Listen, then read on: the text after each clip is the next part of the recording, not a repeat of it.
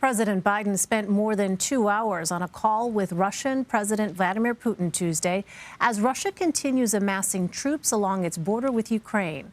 The White House says the president threatened to take strong economic measures should Russia invade Ukraine, but did not rule out diplomatic options for easing these tensions. For more, let's bring in former U.S. Ambassador to Ukraine, William Taylor. He's also the Vice President for Strategic Stability and Security at the United States Institute for Peace. Ambassador, welcome. Thanks very much for joining us. Thank you, Elaine. It's good to be here. So the administration has been clear about a response should Russia continue to escalate things with Ukraine. What are some options on the table? The options on the table that President Biden outlined apparently in some detail, as you say, 2 hours on the phone, include severe economic sanctions, the likes of which the Russians have not seen before. The Russians, of course, are experiencing some sanctions that the international community put on the Russian economy in response to the Russian invasion of Ukraine back in 2014.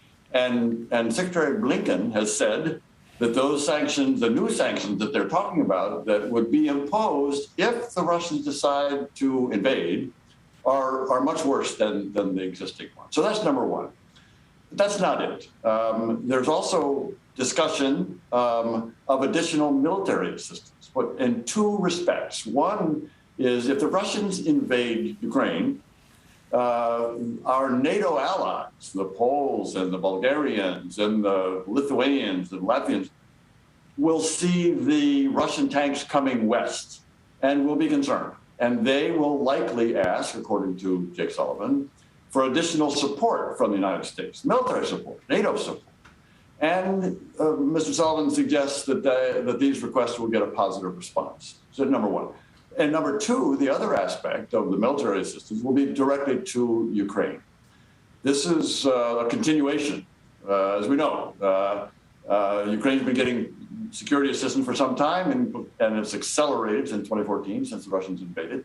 But it is likely to accelerate further. The Senate and the House have been very supportive of additional support, additional weapons, additional training, additional equipment for the Ukrainians, and that will certainly accelerate if the Russians invade. So one last thing in answer to your question. Sorry, but it was a long phone call. Don't apologize, please.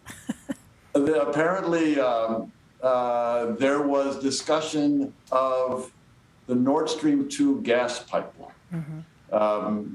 Mr. Sullivan indicated that there was clearly discussion with the allies, with the European allies, including the Germans, of this new gas pipeline that Mr. Putin wants to start to use that links Russia and Germany, and therefore the rest of Europe.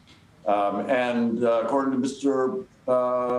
Sullivan, that pipeline could be in jeopardy. It is leverage that we have, that the West has, against an invasion.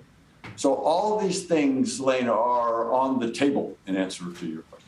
So why is Moscow saying it is putting tens of thousands of troops at the Ukraine border? And based on your own experience, Mr. Ambassador, is this an example of a Russian President, Vladimir Putin, with a known sort of history of, as an earlier guest said, sort of flexing his muscle, so to speak, essentially testing boundaries here with Joe Biden? He is clearly testing boundaries.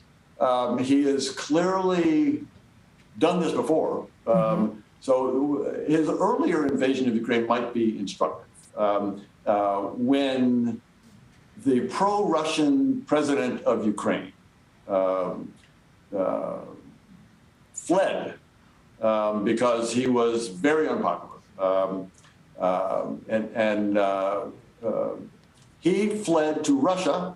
And Mr. Putin noticed, and at that point, Mr. Putin invaded Ukraine. He invaded Crimea and occupies Crimea because he perceived correctly that Ukraine was moving to the West. And the pro-Russian president had fled. The pro-Western president was elected. Two pro-Western presidents have been elected. And so Mr. Putin may be concerned that Ukraine is slipping from his grasp.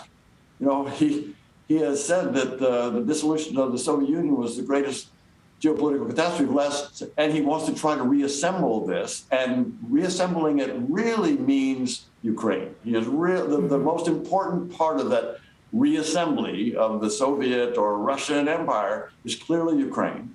And if Ukraine is gradually but steadily, inexorably moving to the west, away from Europe, Mr. Putin might be concerned that time is not on his side, and maybe this, again, like in 2014, is an attempt to try to pull Ukraine back. He won't have success. Ukraine is too far committed to Europe, to moving into European institutions for Mr. Putin. He may not understand that, but that's clearly the way the Ukrainians want to go. I mean, obviously, I know, Mr. Ambassador, you don't have a crystal ball, but what do you see happening here in the next month or so as we look to January, potentially, right, that time frame for when there could be possibly some sort of military action here? There could be, and I think the Ukrainians need to be prepared for that, and they are preparing. And I think NATO needs to be prepared for that, and NATO is preparing. The United States needs to prepare for that, and we are preparing. And during this time that you say, Elaine, that is the next couple of months are going to be critical, our goal should be to deter President Putin from that bad mistake. No one knows what's in Mr. Putin's mind. He might, as I said, may want to reassemble the lands, gather the lands of the former Soviet empire, and he may take that step. I think it's probably 50-50.